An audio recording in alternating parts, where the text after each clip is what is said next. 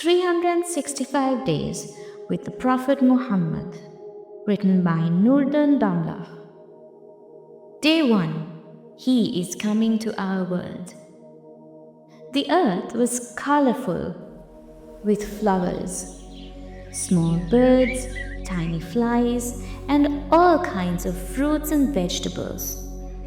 Children were running around happily. Rivers were flowing with great joy. Though every part of the world was beautiful in a different way, somehow it was an unhappy place. Strange events were taking place everywhere. People had forgotten Allah, He who had provided all of these beautiful things. They didn't worship Him, but rather different things. Some worshipped fire, some worshipped the sun, yet others even worshipped the cattle they ate.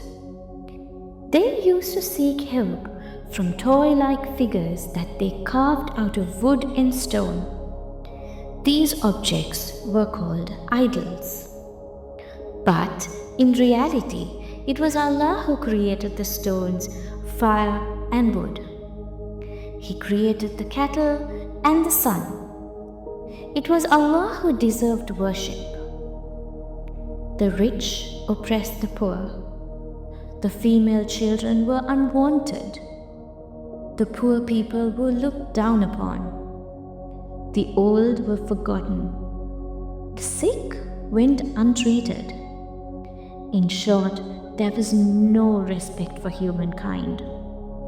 No one wanted to obey the laws of Allah. There was total chaos.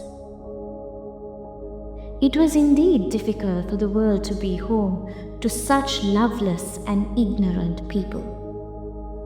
Allah had sent many messengers since Adam alayhi salam.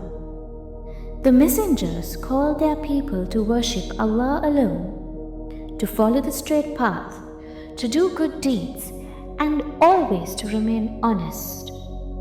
But each time, the people were deceived by Satan after a while, and they quickly forgot the do's and don'ts of the messengers.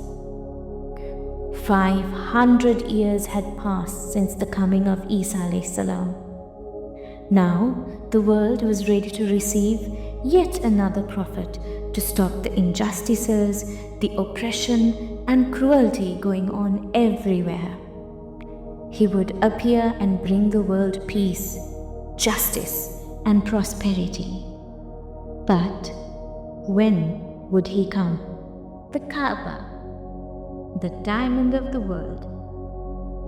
Now, it was close to the time of the appearance of our prophet. The ruler of Mecca was Abdul Muttalib, a descendant of Ibrahim alayhi salam, and soon to be the grandfather of our prophet.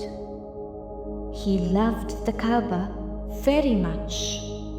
He did everything in his power to protect it. He was a great host for those who came to go to several times around the Kaaba. It was sacred for many people. Allah had asked the Prophet Ibrahim and his son Ismail alayhi salam to build the Kaaba. He told them that this holy place was a place of gathering and a place of worship. He asked them to invite people to go on a pilgrimage to the Kaaba.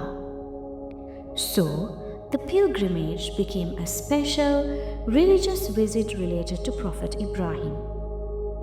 Since then, people had held the Kaaba in great esteem, but they forgot the religion of Ibrahim and began to worship idols. Still, they respected the Kaaba itself. Large crowds who traveled from faraway places came to visit the Kaaba in Makkah. But the great interest shown by those who loved the Kaaba bothered some evil people. At the head of the people who hated the Kaaba was Abraha, the ruler of Yemen.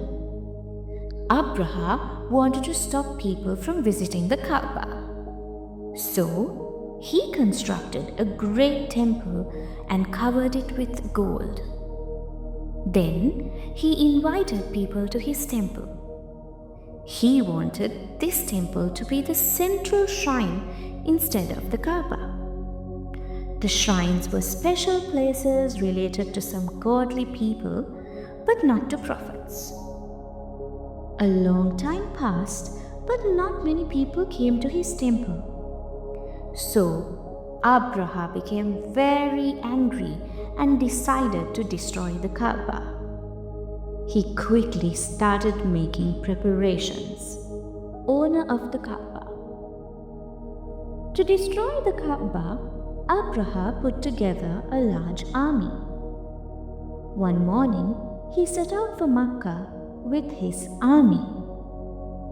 In Abraha's army, there were giant elephants that he had ordered from faraway places and the like of which Meccans had never seen in their lives.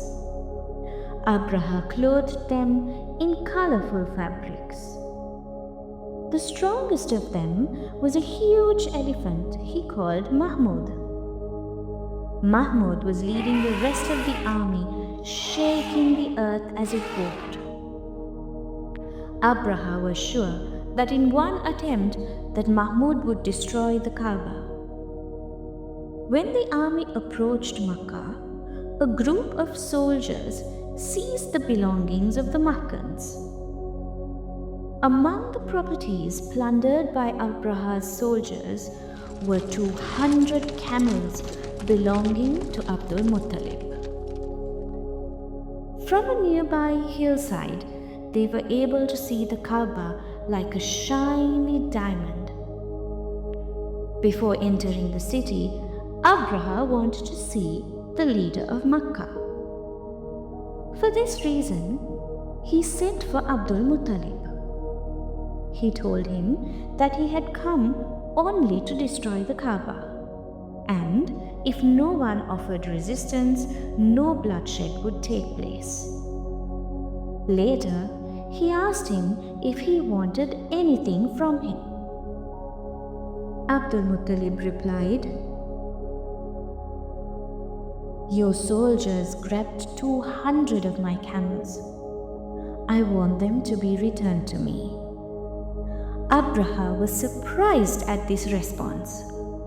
He said, "I would have expected you to ask me not to destroy the Kaaba. But I see now that you are only after your own camels. I had really thought highly of you. I realize now that I am mistaken about your character as a respected ruler." To this, Abdul Muttalib answered, "I am the owner of the camels and have the responsibility to protect them. As for the owner of the Kaaba, it is Allah Himself and He will surely protect it." At this answer, Abraha went into a rage. He screamed, "He will not be able to defend it against me."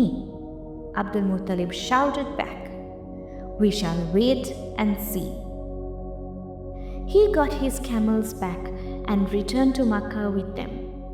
Going straight to the Kaaba, he prayed, "My Lord, your servant protected his own property, and now it is your turn to protect what belongs to you." After this, he told the people of Makkah to leave the city, and he himself left with them and climbed the hill to have a bird's eye view of Makkah. They could follow him all that could have happened from there.